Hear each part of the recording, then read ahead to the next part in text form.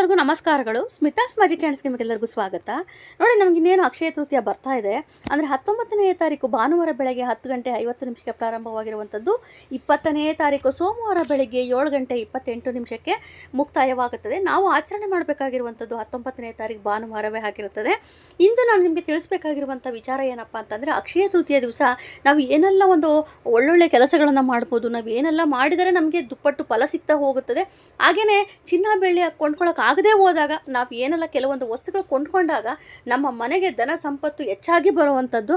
ಹಾಗಾಗಿ ಇವತ್ತು ಅದ್ರ ಬಗ್ಗೆನೇ ಮಾಹಿತಿ ಕೊಡ್ತಾ ಇದ್ದೇನೆ.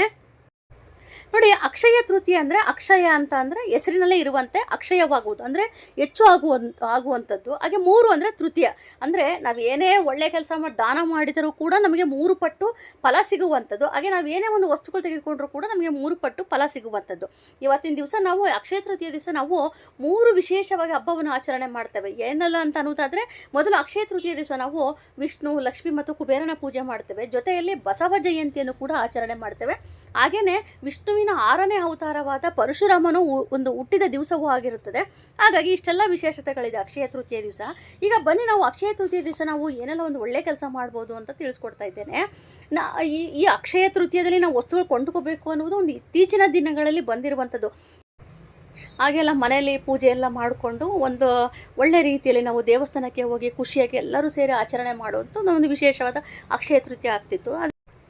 ಹಾಗೆಯೇ ನಮಗೆ ಹಿರಿಯರು ಅಂದರೆ ನಮ್ಮ ಅಜ್ಜಿ, ಅಮ್ಮಂದರು ಎಲ್ಲರೂ ಏನಪ್ಪ ಅಂತಂದರೆ ಯುಗಾದಿ ಮತ್ತು ವಿಜಯದಶಮಿಯನ್ನು ತುಂಬ ವಿಶೇಷವಾಗಿ ಆಚರಣೆ ಮಾಡ್ತಾರೆ. ಅದೇ ರೀತಿಯೇ ಆ ಒಂದು ಸಮಯದಲ್ಲಿ ಏನಪ್ಪ ಅಂದರೆ ಯಾವುದೇ ರೀತಿಯ ತಾರಾಬಲ ನೋಡೋದಿಲ್ಲ. ಹಾಗೆಯೇ ಅಕ್ಷಯ ತೃತೀಯವೂ ಕೂಡ ಹೌದು, ಯಾವುದೇ ರೀತಿಯ ತಾರಾಬಲ ನೋಡೋದಿಲ್ಲ. ಯಾವ ಒಂದು ಒಳ್ಳೆಯ ಕೆಲಸ ಬೇಕಾದರೂ ನಾವು ಈ ಒಂದು ಸಮಯದಲ್ಲಿ ಪ್ರಾರಂಭ ಮಾಡ್ಬೋದು. ನೀವೇನಾದರೂ ಹೊಸದಾಗಿ ವ್ಯವಹಾರ ಮಾಡ್ತೀರಿ ಅಂದರೆ ಅದನ್ನೂ ಪ್ರಾರಂಭ ಮಾಡ್ಬೋದು. ಹೊಸ ಮನೆಗೆ ಹೋಗುವಂಥದ್ದು, ಗೃಹ ಪ್ರವೇಶ ಮಾಡುವಂಥದ್ದು, ಹಾಲನ್ನು ಉಗಿಸುವಂಥದ್ದು, ಅಥವಾ ಹೊಸ ಮನೆಗೆ ರಿಜಿಸ್ಟ್ರೇಷನ್ ಮಾಡ್ಕೊಳ್ಳುವಂಥದ್ದು, ಸೈಟ್ ತೆಗೆದುಕೊಳ್ಳುವಂಥದ್ದು, ಏನೇ ಒಂದು ಒಳ್ಳೆಯ ಕೆಲಸ ನೀವೇನೆಲ್ಲ ಅಂದ್ಕೊಂಡಿದ್ರೆ, ವೆಹಿಕಲ್ ತೆಗೆದುಕೊಳ್ಳುವಂಥದ್ದು, ನೀವು ಏನು ಮಾಡಿದ್ರೂ ಕೂಡ ಇದು ನಿಮಗೆ ದುಪ್ಪಟ್ಟು ಫಲ ಸಿಗುವಂಥದ್ದು ಅಂದರೆ ಅಕ್ಷಯವಾಗುತ್ತದೆ ಅನ್ನೋ ಒಂದು ನಂಬಿಕೆ.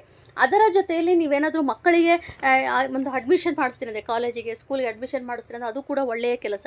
ಎಲ್ಲಕ್ಕಿಂತ ಹೆಚ್ಚಾಗಿ ಯಾವ ಮಕ್ಕಳು ಬಡ ಮಕ್ಕಳು ಇರ್ತಾರೆ ಪಾಪ, ಅವ್ರಿಗೆ ಏನು ತೆಗೆದುಕೊಳ್ಳೋಕ್ಕಾಗೋದಿಲ್ಲ ಅಂಥ ಮಕ್ಕಳಿಗೆ ಆದಷ್ಟು ಅವರಿಗೆ ಬುಕ್ಸನ್ನು ನೀವು ಕೊಡಿಸೋದ್ರಿಂದ ನಿಮ್ಮ ಮಕ್ಕಳಿಗೂ ಕೂಡ ಆ ಫಲ ಸಿಗ್ತಾ ಹೋಗುತ್ತದೆ. ಅಂದರೆ ಅದರ ಒಂದು ಏನು ನೀವು ಇನ್ನೊಬ್ರಿಗೆ ಏನು ಕೊಟ್ಟಿರ್ತಾರೋ ಅದರ ಫಲ ನಿಮ್ಮ ಮಕ್ಕಳಿಗೂ ಕೂಡ ಸಿಗ್ತಾ ಹೋಗುತ್ತದೆ. ಹಾಗಾಗಿ ಹೆಚ್ಚೆಚ್ಚು ದಾನ ಮಾಡಿ. ಇಂಥದ್ದೇ ಮಾಡಬೇಕು ಅಂತೇನಿಲ್ಲ, ಎಷ್ಟಾಗುತ್ತೋ ಅಷ್ಟು ನೀವು ದಾನ ಮಾಡಿ. ನೀವು ದಾನ ಮಾಡಿದಷ್ಟು ನಿಮಗೆ ಹೆಚ್ಚು ಫಲಗಳು ಸಿಗ್ತಾ ಹೋಗುತ್ತದೆ. ಮನೇಲೂ ಕೂಡ ಸುಖ ಸಮೃದ್ಧಿ ಎಲ್ಲವೂ ಕೂಡ ಹೆಚ್ಚಾಗ್ತಾ ಹೋಗಿರ್ತದೆ. ಹಾಗೆಯೇ ಮತ್ತೊಂದು ವಿಚಾರ ಏನಪ್ಪ ಅಂತಂದರೆ, ಈಗಾಗಲೇ ಹೇಳಿದಾಗ ಚಿನ್ನ ಬೆಳ್ಳಿ ಎಲ್ಲವನ್ನೂ ಕೂಡ ತೆಗೆದುಕೋಬೋದು, ಎಲ್ಲ ಒಳ್ಳೆಯ ಕೆಲಸಗಳನ್ನು ಮಾಡ್ಬೋದು.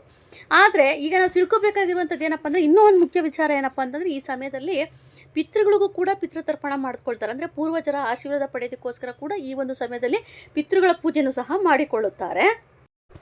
ನೋಡಿ, ನೀವು ಬಹುಮುಖ್ಯವಾಗಿ ಒಂದು ಕೆಲವೊಂದು ವಸ್ತುಗಳನ್ನು ನೀವು ತೆಗೆದುಕೊಂಡು ಬರಬೇಕಾಗಿರುವಂಥದ್ದು, ಚಿನ್ನ ಬೆಳ್ಳಿನೇ ತೆಗೆದುಕೊಂಡು ಬರಬೇಕು ಅಂತಲ್ಲ, ತೆಗೆದುಕೊಂಡು ಬಂದರೂ ಕೂಡ ಈ ಒಂದು ವಸ್ತುಗಳು ನೀವು ಮನೆಗೆ ಅವತ್ತಿನ ದಿವಸ ತೆಗೆದುಕೊಂಡು ಬನ್ನಿ. ಬಹುಮುಖ್ಯವಾಗಿ ಅಮ್ಮನವ್ರಿಗೆ ಪ್ರಿಯವಾದ ಒಂದು ಮಸಾಲೆ ಪದಾರ್ಥಗಳು ಅಂದರೆ ಧನಿಯಾ ಆಗಿರ್ಬೋದು, ಅಂದರೆ ಕೊತ್ತಂಬರಿ ಕಾಳು ಅಂತಿರಲ್ಲ ಅದು ಆಗಿರ್ಬೋದು, ಯಾಲಕ್ಕಿ ಆಗಿರ್ಬೋದು, ಇದನ್ನೆಲ್ಲ ತೆಗೆದುಕೊಳ್ಳಿ.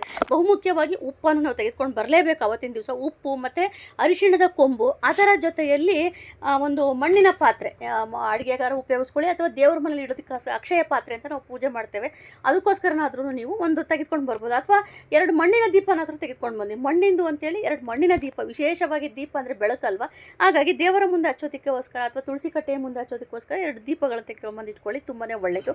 ಹಾಗೆಯೇ ಲಕ್ಷ್ಮಿಗೆ ಪ್ರಿಯವಾದ ವಸ್ತು ಅಂದರೆ ಕವಡೆ, ಈ ಒಂದು ವಸ್ತುಗಳನ್ನು ಕೂಡ ನೀವು ತೆಗೆದುಕೊಂಡು ಬರ್ಬೋದು. ಹಾಗೆಯೇ ಹಳದಿ ಸಾಸಿವೆ, ನಾನು ಹಳದಿ ಸಾಸಿವೆ ಏನಕ್ಕಪ್ಪ ಅಂತಂದರೆ, ಯಾವಾಗಲೂ ಕೂಡ ಅಷ್ಟೇ ನಾವು ಧೂಪ ಹಾಕುವಂಥ ಸಮಯದಲ್ಲಿ ಹಳದಿ ಸಾಸಿವೆನ ಹಾಕಿ ಧೂಪ ಹಾಕಬೇಕು, ತುಂಬಾ ಒಳ್ಳೆಯದಾಗುತ್ತೆ.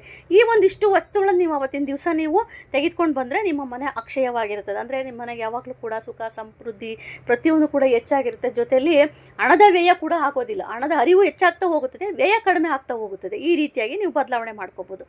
ಇನ್ನು ನೀವು ಏನು ಮಾಡಲೇಬಾರದು, ತರಲೇಬಾರದು ಅನ್ನುವಂಥ ವಸ್ತುಗಳು ಅಂತಂದರೆ, ಆದಷ್ಟು ಚರ್ಮದ ವಸ್ತುಗಳು ಮತ್ತು ಕಬ್ಬಿಣದ ವಸ್ತುಗಳು ಬೇಡ. ಚರ್ಮದ ವಸ್ತುಗಳು ಅಂತಂದರೆ ಚಪ್ಪಲಿಗಳಾಗಿರ್ಬೋದು, ಅದು ಬೇಡ. ಇದು ಯಾಕಂದರೆ ನಮಗೆ ಶುಭ ದಿನವಲ್ವ, ಹಾಗಾಗಿ ಅದನ್ನು ತರಬೇಡಿ. ಹಾಗೆ ಕಬ್ಬಿಣದ ವಸ್ತು, ಚಾಕು ಅಂಥವೆಲ್ಲ ಹರಿತವಾದ ವಸ್ತುಗಳನ್ನು ಕೂಡ ನೀವು ತೆಗೆದುಕೊಂಡು ಬರಬೇಡಿ. ಆದಷ್ಟು ಒಳ್ಳೆ ರೀತಿಯಲ್ಲಿ ಒಳ್ಳೆಯ ಒಂದು ನಿಮಗೆ ಇಷ್ಟವಾಗುವಂಥ ಮನೆಗೆ ವಸ್ತು ಬೇಕಾದ್ರೆ ನೀವು ಬಟ್ಟೆ ತೆಗೆದುಕೊಳ್ಳಿ, ಏನು ಬೇಕಾದ್ರೂ ತೆಗೆದುಕೊಂಡು ಬನ್ನಿ. ಒಳ್ಳೆಯ ಒಂದು ವಸ್ತುಗಳು ನೀವು ಮನೆಗೆ ತೆಗೆದುಕೊಂಡು ಬನ್ನಿ. ಏನೂ ತೆಗೆದುಕೊಂಡು ಬರೋಕ್ಕಾಗದೆ ಹೋದರೆ ಧಾನ್ಯಗಳನ್ನ ಮನೆಗೆ ಎತ್ಕೊಂಡು ಬನ್ನಿ, ಅಷ್ಟೇ ಸಾಕು. ಯಾಕಂತಂದರೆ ಧಾನ್ಯ ಅಂದರೆ ಧಾನ್ಯಲಕ್ಷ್ಮಿ. ನಮಗೆ ಅನ್ನಪೂರ್ಣೇಶ್ವರ ಅನುಗ್ರಹ ಕೂಡ ಸಿಗ್ತಾ ಹೋಗುತ್ತದೆ. ಹಾಗಾಗಿ ಆ ವಸ್ತುಗಳು ತೆಗೆದುಕೊಂಡು ಬನ್ನಿ. ಹಾಗೆ ದೇವಸ್ಥಾನಕ್ಕೆ ಹೋಗೋದನ್ನು ಮರಿಬೇಡಿ. ಹಾಗೆ ಎಷ್ಟಾಗುತ್ತೆ ಒಬ್ರಿಗಾದರೂ ನಿಮ್ಮ ಕೈಲಾದಷ್ಟು ದಾನ ಮಾಡಿ. ಇದಿಷ್ಟನ್ನು ನೀವು ಅಕ್ಷಯ ತೃತೀಯ ದಿವಸ ಪಾಲನೆ ಮಾಡಿದ್ದೇ ಆದಲ್ಲಿ ನಿಮ್ಮ ಮನೆಗೆ ಅಕ್ಷಯ ಆಗೋದಂತೂ ತಪ್ಪೋದಕ್ಕೆ ಸಾಧ್ಯನೇ ಇಲ್ಲ. ಎಲ್ಲದೂ ಕೂಡ ಒಳ್ಳೆಯದಾಗ್ತಾ ಹೋಗುತ್ತದೆ. ಸೊ ಇನ್ನು ಮುಂದಿನ ದಿನಗಳಲ್ಲಿ ನಾನು ನಿಮಗೆ ಪೂಜೆ ವಿಧಾನ ಎಲ್ಲವನ್ನು ಕೂಡ ಕುಬೇರ ದೀಪ ಪ್ರತಿಯೊಂದ್ರ ಕೂಡ ಬಗ್ಗೆ ಮಾಹಿತಿ ಕೊಡ್ತಾ ಹೋಗ್ತೇನೆ. ಸೊ ಇವತ್ತು ನಿಮಗೆ ತಿಳಿಸ್ಕೊಟ್ಟಿರೋಂಥ ಮಾಹಿತಿಗೆ ದಯವಿಟ್ಟು ಆದಷ್ಟು ಶೇರ್ ಮಾಡಿ, ಲೈಕ್ ಮಾಡಿ, ಕಮೆಂಟ್ ಮಾಡಿ, ಹಾಗೆಯೇ ಸಬ್ಸ್ಕ್ರೈಬ್ ಮಾಡ್ಕೊಳ್ಳಿ. Thank you.